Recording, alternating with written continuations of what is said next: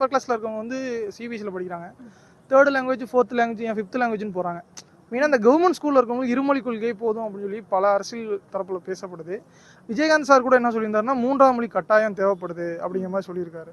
அண்ணே நாம மட்டும் ஹிந்தி படிச்சிருந்தா இன்னைக்கு தமிழ்நாடு இந்தியாவுக்குள்ள எப்படி படிக்க விடாம பண்ணிட்டாங்களே. ஹிந்தி தெரியாதனால இங்க வந்து நான் கஷ்டப்பட வேண்டியது இருக்கு. ஒரு இங்கிலீஷ்காரங்க மேல வேலை பாக்குறேன். நீங்க சொன்னதானே எனக்கு ஞாபகம் வருது. என்னம்மா அன்னை மொழி காப்போம் அனைத்து மொழியும் கற்போம்னு சொன்னீங்களே அந்த எண்ணம் தானே எனக்கு ஞாபகம். இப்போ நம்ம படிச்சிருக்கிறதுனால பேசுகிறோம். இப்போ நீங்கள் வேறு யாரையாவது பார்த்துருக்கீங்களா? அவங்கள நான் மென்ஷன்லாம் பண்ணல. யாரோ ஒருத்தங்க விற்கிறவங்க அப்படின்னா இப்போ இன்னொரு ஊருக்கு போகிறவங்க அந்த லாங்குவேஜை அவங்க படித்தோ தெரிஞ்சுக்கல, எழுதியோ தெரிஞ்சுக்கல. பட் பை இது பேசும்போதே அவங்க தெரிஞ்சுக்கிறாங்க. ஏன்னா அவன் அங்கே வாழ்கிறதுக்கு அந்த மொழி அவனுக்கு தேவை. அவன் விற்கும்போது அவனுக்கு அந்த லாங்குவேஜ் தேவைப்படுது. ஸோ சர்வைவல் ஆஃப் ஃபிட்டஸ்ட்டுக்காகவாவது நம்ம இன்னொரு லாங்குவேஜ் தெரிஞ்சுக்கிறதுல தப்பே கிடையாது.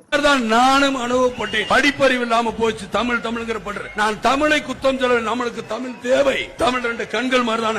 ஆனால் இன்னைக்கு இருக்க காலத்துல எல்லா மொழியும் நம்மளுக்கு தெரியணும். இன்னைக்கு டெல்லியில 2 லட்சம் தமிழர்கள் இருக்காங்க, பம்பாயில 5 லட்சம் தமிழர் இருக்காங்க. இங்க இருந்து படிச்சுட்டா போனாங்க இல்ல, அங்க போய் கத்துக்கிட்டாங்க. ஐயோ ஏதாவது ஹிந்தி பேசணுமே, நம்ம குடும்பத்தை காப்பாத்தணுமே, நம்ம தாய் தந்தையரை காப்பாத்தணுமே, நம்ம சகோதரியை காப்பாத்தணுமே. நம்மளை நம்பி அங்க மெட்ராஸ்ல இருப்பாங்களே, நம்மளை நம்பி திருப்பூர்ல இருப்பாங்களே, நம்மளை நம்பி கோயம்புத்தூர்ல இருப்பாங்களே, நம்மளை நம்பி மதுரையில இருப்பாங்களே. எத்தனை